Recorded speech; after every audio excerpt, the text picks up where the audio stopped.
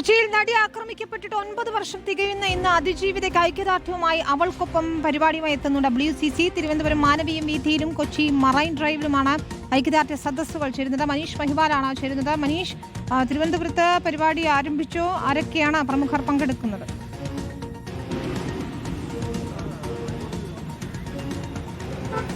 വിനീത, നടി ആക്രമിക്കപ്പെട്ട് 9 വർഷം പൂർത്തിയായിരിക്കുന്നു. ഇപ്പോഴും നടിക്ക് നീതി ലഭ്യമായിട്ടില്ല.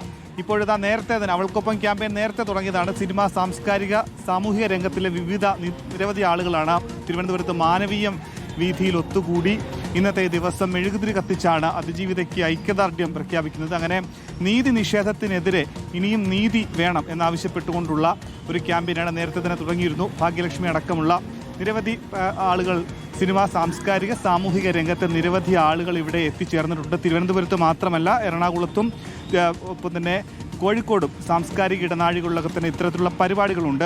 ഈ നടി ആക്രമിക്കപ്പെട്ട സംഭവത്തിന് ശേഷമാണ് 2017 ഫെബ്രുവരി മാസത്തിൽ നടന്ന ഈ സംഭവത്തിന് ശേഷമാണ് പിന്നീട് ഒരുപാട് ആളുകൾ, നിരവധി സ്ത്രീകൾക്ക് അവർക്കെതിരെ നടക്കുന്ന അതിക്രമം തുറന്ന് പറയാൻ പ്രചോദനമായത് ഈ കൊച്ചിയിലെ നടി ആക്രമിക്കപ്പെട്ട സംഭവം. അത് സ്വന്തമായി വെളിപ്പെടുത്തി അതൊരു കേസിലേക്ക് പോയി. അങ്ങനെ നിയമ പോരാട്ടത്തിന് ശേഷമാണ് കേരളത്തിലെ അടക്കം നിരവധി ആളുകൾ തങ്ങൾക്കുണ്ടായിട്ടുള്ള ദുരനുഭവങ്ങൾ അത് തുറന്നു പറയാനും നിയമ പോരാട്ടത്തിലേക്ക് കടക്കാനും ഒക്കെ തന്നെ തയ്യാറായിട്ടുള്ള ഈ ഒരു സംഭവത്തിന് ശേഷമാണ് അത് കേരളത്തിലെ ഒരു സ്ത്രീ മുന്നേറ്റത്തിൻ്റെ ഒരു നാഴികക്കല്ലായി മാറിയ സംഭവം, ഒരു ഏട് കൂടിയാണ്. ചരിത്രത്തിൽ അങ്ങനെ തന്നെ അത് അടയാളപ്പെടുത്തുമ്പോൾ ഭാഗ്യലക്ഷ്മി അടക്കമുള്ള ആളുകൾ ഈ ഒരു അതിജീവിത വിഷയത്തിൽ, നടി ആക്രമിക്കേണ്ട വിഷയത്തിൽ തുടക്കം മുതൽ തന്നെ നിയമ പോരാട്ടത്തിലുള്ളതാണ്. നടിക്ക് നീതി ഇപ്പോഴും ലഭ്യമായിട്ടില്ല എന്ന് അഭിപ്രായപ്പെട്ട സാംസ്കാരിക പ്രവർത്തക കൂടിയാണ്. എന്താണ് ഇന്നത്തെ ദിവസത്തിൻ്റെ ഒരു പ്രത്യേകത? എങ്ങനെ കാണുന്നു ഈ ഒരു സ്ത്രീ മുന്നേറ്റത്തെ, ഇപ്പോഴത്തെ ഈ സംഭവം?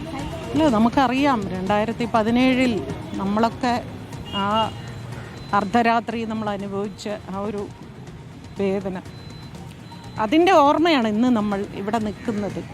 തീർച്ചയായിട്ടും ഒരിക്കലും മറക്കാൻ പറ്റില്ല.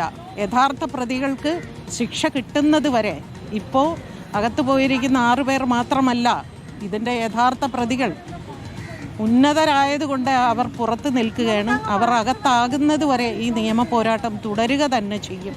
അവളോടൊപ്പം തന്നെയാണ് എന്നും എന്നും എന്നും. അതിജീവിതയ്ക്ക് നീതി ലഭ്യമാകുന്നത് വരെ ഈ നിഷേധത്തിനെതിരെയുള്ള പോരാട്ടം തുടരും. അങ്ങനെയുള്ള ക്യാമ്പയിനാണ്. എന്താണെങ്കിൽ ഇന്ന് അതിന്റെ 9ാമത്തെ വർഷം പൂർത്തീകരിക്കുന്നു.